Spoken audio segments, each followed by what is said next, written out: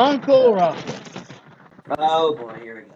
I'm gonna try and get this over as quick as possible. He's a central antagonist to the Boondocks, and ironically one of Robert Freeman's close friends. Believes himself to be white, but is actually black and openly racist towards other black people due to a long series of lies told by his mother, such as how he supposed to have birth with Michael Jackson's skin condition, that condition was kind of called vitiligo. He was also told by his mother he was adopted. In actuality, he wasn't. He was just, the family group was a rather toxic biological one.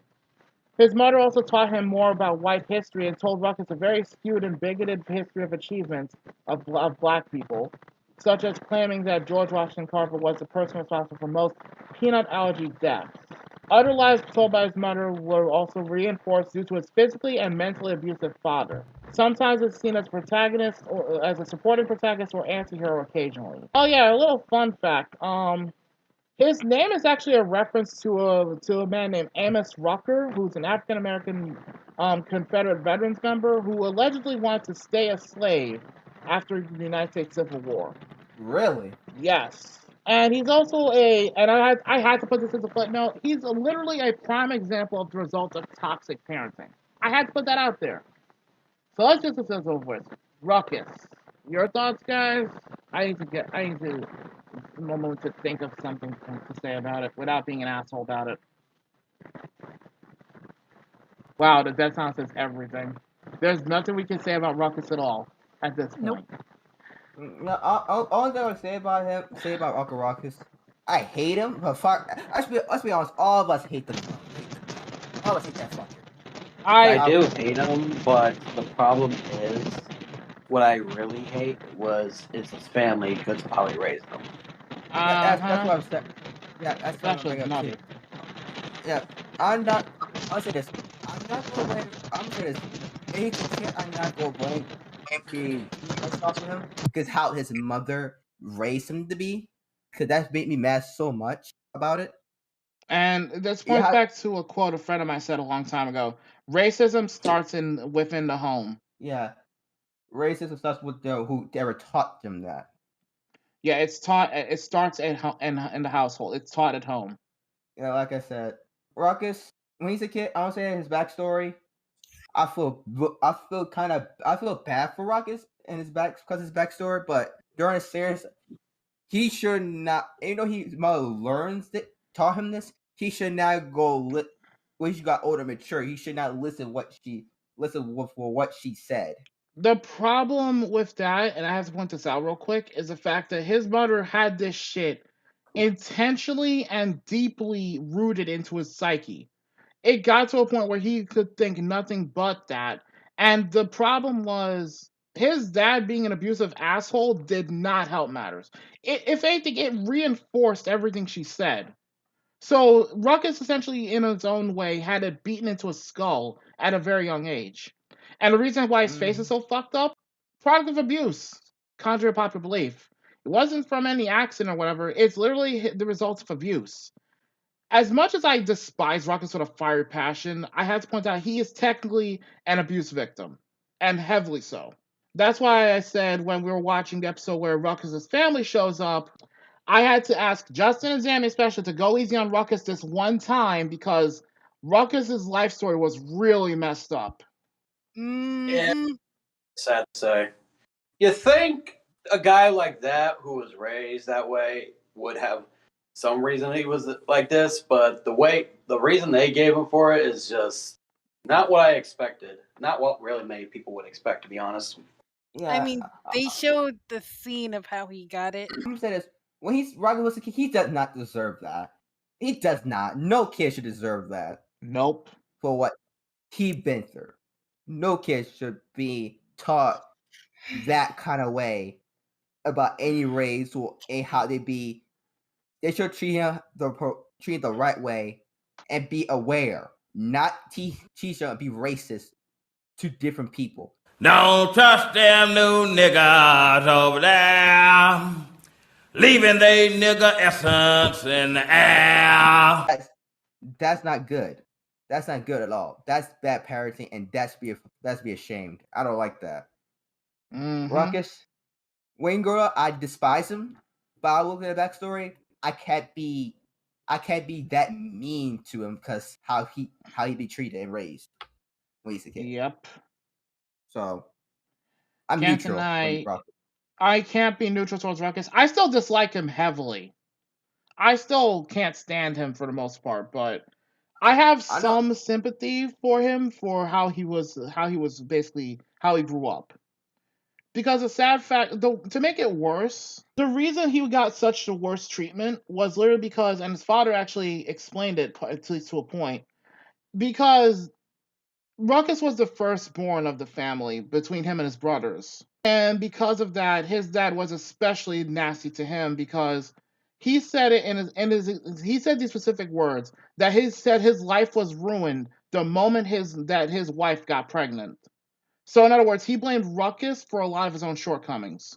If you think about it, Ruckus wasn't really their kid. They found him on the doorstep.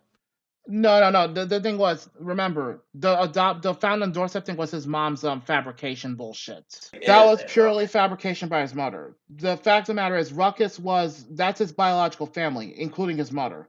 So yeah, that's why he blamed Ruckus for everything. He blamed Ruckus, and he also blamed his wife. And what sucks is that Ruckus's father was just as bad only because his mom is a complete bitch. Just ugh. I think you remember like when his mom basically said how her worst mistake was basically giving birth to her son. And of course, you said and you fired back saying you should have kept your legs closed, grandma bitch. I mean, I remember you said something along those lines, man. Oh yeah. Yeah, anybody want to add anything else?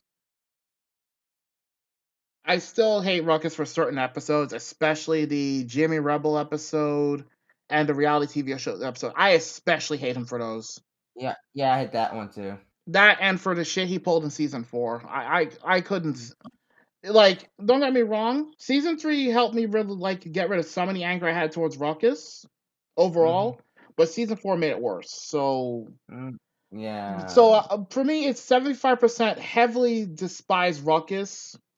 20% just just don't like him at all, and the 5% I can tolerate him. That's how much Ruckus legit just irritates me. Especially the Richard Freeman episode. The Catcher Freeman episode. That Catcher Freeman episode, yeah. Don't remind me. The granddad. Go ahead. Also, I think the only other thing I hate about Ruckus is his reality TV show bit. Yeah, I especially hate him for that. I could not let go of that one. There were Crossy, Hazard, and Zammy can confirm this. And for those who watched the Boondocks series in full, you cannot blame us. We actually skipped some certain episodes. We skipped the Jim Rebel one because they went way too far with Ruckus' shit on that one, in my opinion. Like, even me who tolerates this shit on the daily, even I hadn't reached my limit on that one. Yeah. And I actually reached my limit during that one Riley episode in season 4. Uh-huh. Which one is? The one where Riley basically made a lot of fucked up remarks about gay people and autistic kids. Oh god, yeah, don't remind me. That is just no. That's why I don't want to watch that episode. That's really just make me ugh. No, just Riley went too far. Like, I feel like the writers went too far with that one. Don't get me wrong, I know it's satire, but there are just some lines that you gotta be careful about crossing. Yeah. No, it kind of pegs the question though. Do the voice actors when the voice actors get their script? Do you think they question the shit they're reading? I imagine they do, but to be fair, you have to remember that somebody has to greenlight those scripts. Yeah. And from what I understand, Aaron Magruder was not involved for most of season 4, so there you go. Yeah. And no, he did not leave. He did not leave. Sony kind of removed him from the thing. What happened was they tried to force him to make more episodes on a more consistent basis. Like, they wanted basically like 3 to 5 episodes per week, which they couldn't reasonably do, given they needed time for animation and such, as well as writing. And of course, they kind of removed him from the project for the most part altogether because of it. Sony essentially took control, and season 4 kind of bombed because of it. Yeah, and guess what? He gave the Boondocks straight back to him. Mm-hmm. At least what I heard. And so it's not going to touch it no more. No, here's the thing. They were gonna bring back a revival. They were actually gonna make it either a season 5 or a reboot. But then John Witherspoon died, and that pretty much put a huge fucking gouge in that plan. And then Ad Nazareth dying was actually in the cake. They were already having a hard time replacing Charlie Murphy, who died back in 2017.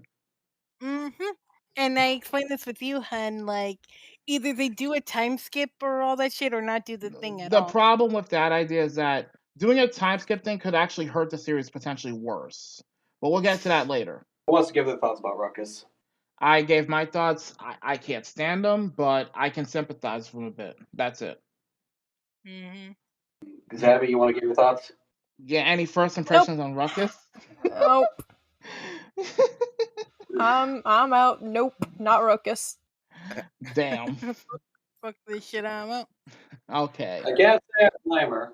Yeah, neither can I. So, moving on, since we've all said our thing about Ruckus, next one on the list, Cindy McPherson. Oh, brother. Hold on. Let me just say this real quick. Let me just say this real quick about Cindy McPherson. She's an occasional recurring character in the Boondocks. She's also Riley's rival in basketball, and also has a surprisingly similar taste and mindset to Riley, strongly hinted to be massively crushing on him. The best description summed up by one of the writers about her was that she was best described as a South Central ghetto girl who happens to be white. And despite the fact she's only been in 4 episodes, she's a very popular character. Though this is possibly due to her ties with Riley.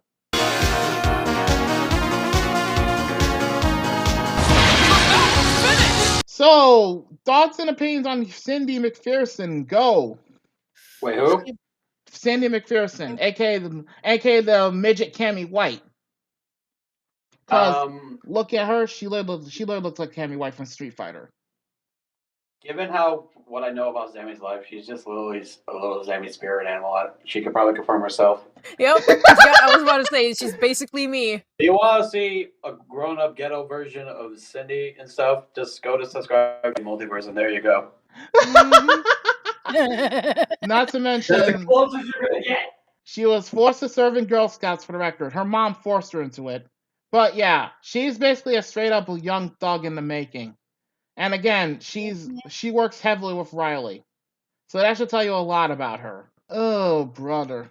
And of course, if I remember correctly, Zammy ships Riley and Cindy. Yeah, I guess. I mean, honestly, so do a lot of fans. So you wouldn't be alone in that one. I think me and Zammy gave our thoughts about Cindy, but unless Zammy wants to give first impressions, since she is Zammy 2.0. She would be Zammy's child. Oh God. I would say this. Cindy is a good character. She is a good character. I can't argue this. She's got potential. She got potential. That basketball episode that she did, she talking about a lot of shit. But she could back it up, though. Talk all that shit, but when Riley gets some dirt on her, she will cry like a little bitch and ran off the fucking basketball court. To be fair, Riley caught her off guard with that shit because she obviously did not know how he found out. Yes. So yeah, and it's funny, like I said, pop me kettle. Like I said, it's been heavily hinted she has a crush on Riley. In fact, one episode that especially shows this was, what was it? The Return of Gangstalicious Part 2, if I remember correctly. She actually was basically wanting to hang out with Riley. She got pissed off when Riley blew her off to hang out with Gangstalicious. So there's one instance at least that shows she has a thing for Riley. And then there's another one where she, let's not forget the whole chocolate fundraiser thing, which Zammy pointed out earlier. Cindy had no chill. Even after everyone else abandoned Riley's operation, for the most part, Cindy still stuck by him. So it just goes to show, Cindy is very loyal to her causes. And she also wants to be a thug like Riley. So to some degree, she looks up to him, obviously. And if you guys can't tell that, Riley and Cindy is heavily shipped. Pretty much. Because like Huey and Jasmine, like Jasmine always would hang around with Huey a lot. Say if they were Cindy and Riley. Cindy wants to hang out with Riley a lot more. Yeah, she even bought one of his chains just for him. Think about it like this though: Cindy with her connections, Riley with his connections. Those two working together. Think about how much damage those two can cause if they're in about 10 years. They could probably do a fucking mafia shit if they wanted to. Yeah, they could. Riley's already ankle deep in it. At least ankle deep in it, if not knee deep in it. But yeah.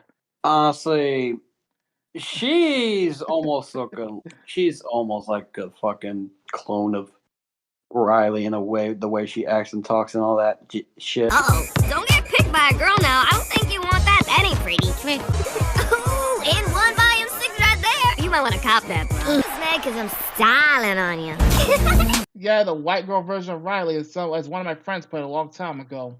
Yeah, so literally just, I got no opinion. Not like I say I don't like her or anything. It's just that, to be honest, she's one of those characters who really puts a unique impact on certain people. Let's just put it out like that. True, despite only being literally 4 episodes. But I'm pretty sure Zammy's got a lot to say about her. Yes, Zammy, let's hear what you have to say about Cindy. I'm actually curious. She's basically me. But yeah, But just the very thought of her being Zammy's child. Oh God. She is my child. Don't touch the child. It's like I was be more afraid. I'd be my child or fucking Zammy's. That'll be as a father. hers. Me as a father, I would teach her the way to be in a fucking street.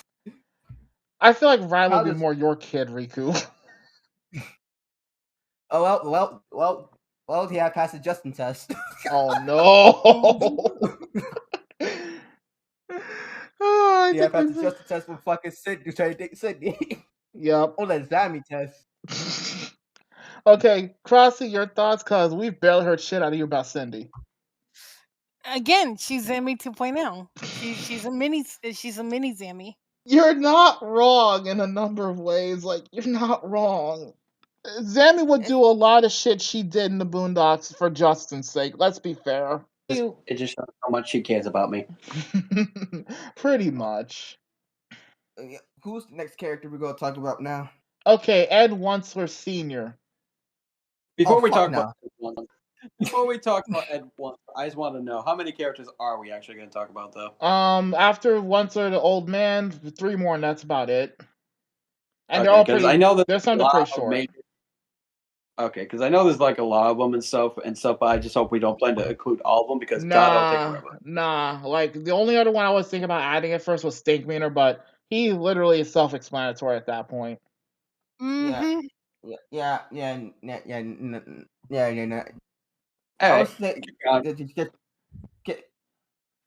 just get to talk about that. Okay, he's an incredible. Okay, I'm just gonna sum it up quickly because I only put like literally 3 sentences about him, like 3 or 4 sentences about him.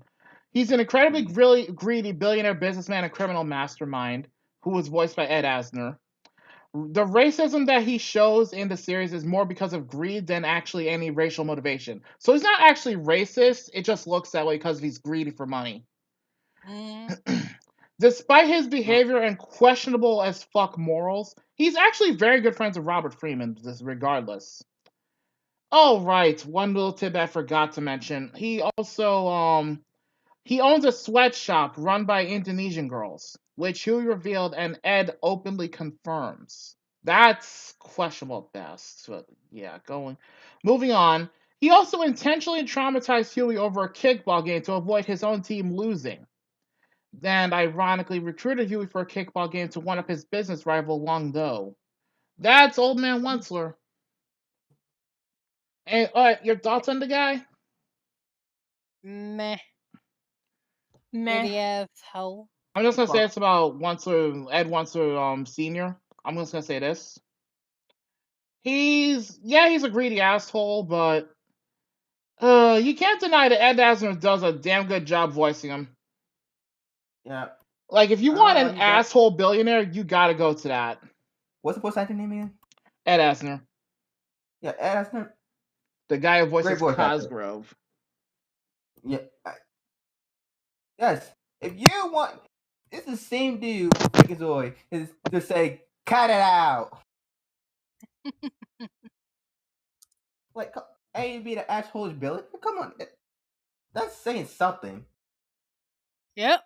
I like the voice actor, but the character die in a hole. I don't care. Well, that just proves how good a voice actor Ed Asner was. Mm-hmm. But going off of that for a moment, like going way off of that for a moment, I have to point out, to be fair, and this is heavily implied throughout the series. Technically speaking, Old Man Once technically owns most of Woodcrest, if not all of it. I mean, to the point where he's literally above the law as long as he's within Woodcrest. I mean, shit. I have to point out, to be fair, with if it weren't for his grandson, if it weren't for that, his grandson and his best friend Rummy would have been thrown in jail a long time ago. Mm-hmm. Yeah. Yeah, if he doesn't own that side of fucking Wolfcrest, then He also technically owns the Freeman's house through his bank. Not much more I can say about Old Man Once beyond that. I mean, he only made like literally a handful of appearances overall. Mm-hmm. I can't give much of thoughts on Ed either. All right, so going to the next one, since before we gotta ask the rest of the cast. I know I was asking everybody if they had opinions, but Zambi said meh, Crossy said meh. I mean, like, literally, this dude just put a whole bunch of kids' lives at risk just so you can win a fucking game, dude. Like, what the fuck? What you say, Justin? Let's not forget about that one, how he endorsed freaking Robert's cooking and then gets the info of the itis and shit. Oh, yeah, the itis. Yeah, that was technically his fault. And the only reason, and part of the reason he did it was because he could buy the state park that was in Woodcrest. And the only reason, and here's the thing, in his own words, he literally said he's been trying to buy the park for years, but the state kept, and I quote, butt fuck him on the price. His words, not mine. So yeah. As Wessler, get down the hole. I don't care about the character. Well, to be fair, would you rather deal with him or his son? Give him credit where credit is due. He can really run a successful business, and if it goes under, it wouldn't even bite him a little at all. Yeah, I would say I give him credit because he run a successful business. He does run a successful business. Not gonna lie, he run a very well done business. A business is. Remember, he owns most of Woodcrest. Yeah, exactly. It will have like if he did get bankrupt, he gonna find ways to get the money back. Yep. Again, money is what drives that man more than anything else. So he's the type of guy you don't want to play Monopoly against. No, you do not. No. that dude will run your pocket. Mm-hmm. But I think we've proven that point about good old Ed. Who's next? Ed Wenzel III, his grandson. Oh, you mean the one he called a dumbass? Yes. I'm gonna list both him and Jin Rummy because they're both easily explained and they're usually seen together most of the time. So to be fair, the last time I remember Ed Wenzel III by himself was at the party, and when Riley shot him out the window with a shotgun. Yeah, but that was his first appearance. Rummy didn't appear till later. I know, but I was talking about Ed III. I know. I remember by himself. Let's see. Isn't Rummy voiced by Samuel L. Jackson? Yes, actually. I'm glad you noticed that.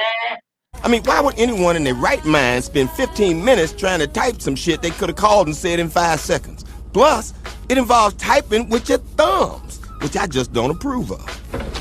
Shit. I don't know about you, but I don't have time to read nothing that a motherfucker type with his thumbs.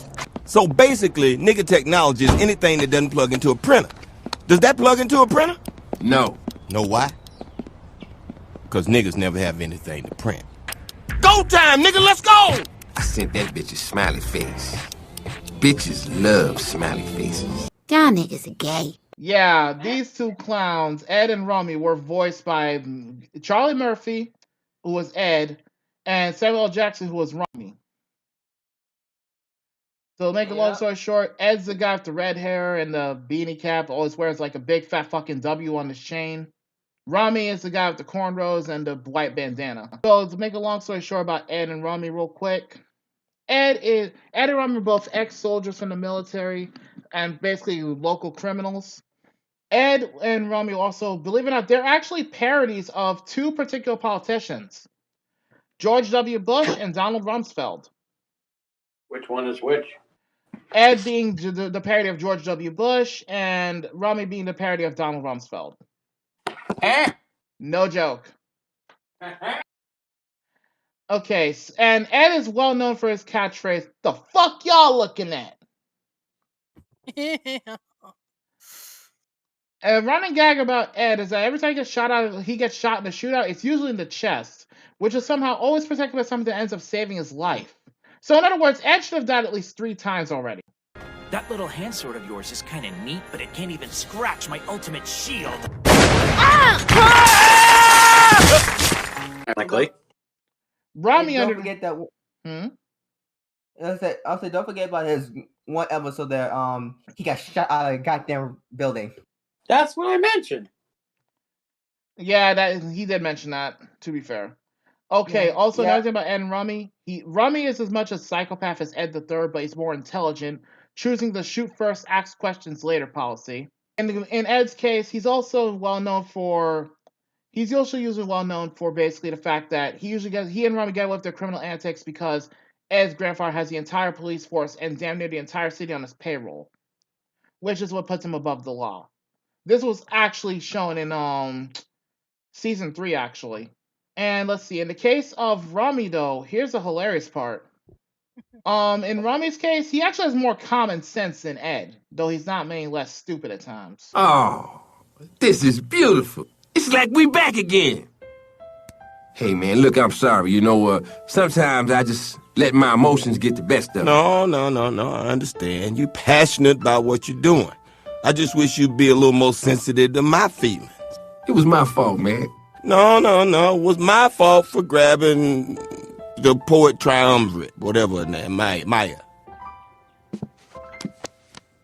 Y'all niggas are gay. And also, Rami is extremely critical of modern technology, blaming Ed's obsession with it for criminal failures, despite the fact his own iPhone actually saved him from getting fatally wounded. Oh, and here's another one. Despite Ed and Rami being the most popular characters in the series, Ed the Third's only been in 10 episodes, while Rami's been in only 6. Really? Yep. And despite his awful strategical planning, Rami does have a surprising amount of common sense to foresee possible outcomes when planning. Yeah. Well, damn. Yeah. It's hard for me to keep track of every character because the more character, it's hard to keep track of the character. They will come in. They be in it, and they won't be back. They won't be back again to a few episodes later. Well, to be fair, it's mostly because I'm not saying just because it's season 4. Mostly since the series is kind of episodic in a bit, it doesn't really have like a good story. Like, yes, they will continue certain plots, like the whole stink meter thing, which is fine. But what I mean is like how they have like different scenarios going on and different plots is what I'm saying. You know what I mean? Yeah, understandable. So literally, you'll know one character, and then they'll just be like, and they'll forget about it. It'll come out during God episode 2. Like, let me give an example. Like Thugnificent, for example. He shows up in a couple of episodes, but they're not really continuous. They're just like scattered a bit for each season. And let's not forget the fact that technically speaking, I just point this out for record. Technically speaking, Rami, how do I put this delicately? Like I say, the dude's fucking nuts, but you can't deny that he is good at quoting the shit that Samuel Jackson has said in movies like Pulp Fiction. Hell, a little bit of a joke about that. Thing is, though, I'm just gonna go ahead and say this right now. There are a lot of scenes in Boondocks, whether it be characters or quotes or scenarios that happens in an episode, either actually is a reference from a TV show or a movie, or literally is a real life thing. For example, Fleece Johnson. Oh God, how can I forget? He's literally real. I know. That's what I said. Oh God. I'm not telling you. I'm telling the audience. For I those know. who don't know, yes, the Booty Warrior is a legit real person. Yep. Can confirm. Just God damn it, Rami. Rami, the fuck is wrong with you? Is what I gotta say about that. Listen, I would say to Riley's defense, Riley trying to, because in Riley's perspective, he saw they had potential to be how successful that he did right now. Let's make it fair. Yep. Riley could pull a heist. Riley's got the planning skill for it. The problem is Ed and Rummy somehow fuck it up.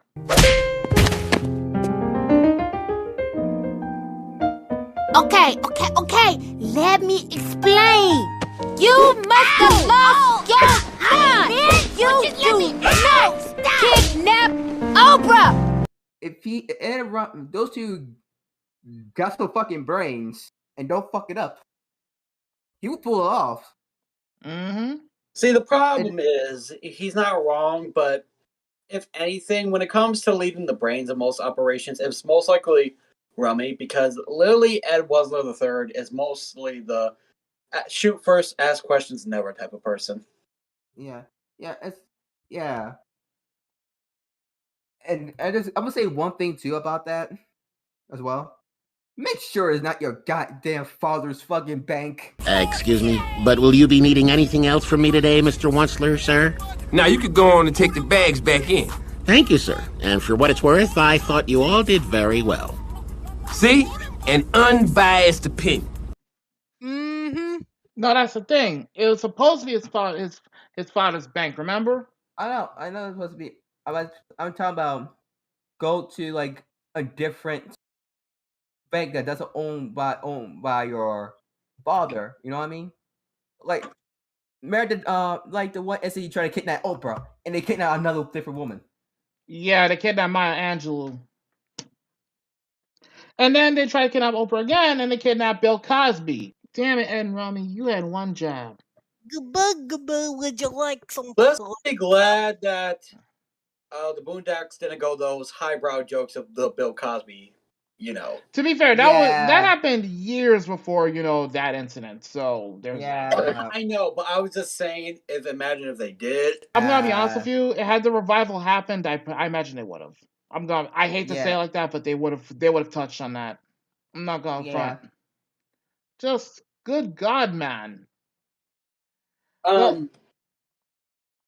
Okay, Crossy, Zammy, anything you gotta say on Ed and Rummy? Because I'd say more, but I don't know what else I could say. Zammy, what about your first thoughts and opinions of Ed and Rummy when you first met them? Psychopaths. I mean, you're not wrong. Also, for those who were wondering why we asked Zammy a lot on her first opinions, she's never watched the Boondocks before. Yeah, we're fucking psychopaths, sir. I mean, she's a newcomer. Yeah, she was a newcomer to the Boondocks series. Go to Horny Joe. She was a newcomer to the Boondocks series, and I'm sure Zammy could talk about her experience with the Boondocks was like for her. I've only watched snippets and like a few seconds of it when I was growing up with my family, because once again, everybody knows if Justin had $1 for every time I mentioned this person, we would have already been living together. My uncle used to watch the Boondocks a lot, and I'd casually pop into his room and like watch a few seconds before leaving. So, like, literally most of the games or certain shows and stuff, she would either watch it or not watch it at all because of her uncle. True story. Okay, that's understandable. But given after watching the Boondocks now, how do you feel about it? Or would you rather save that for later? It's nice. It was worth it. Hey. Alright, So, 3 seasons. Anything else you want to say on Ed and Rummy? Or you got just Psychopaths is your only thing to say about them? I'm assuming it's Psychopaths. Crossy, your thoughts on Ed and Rummy?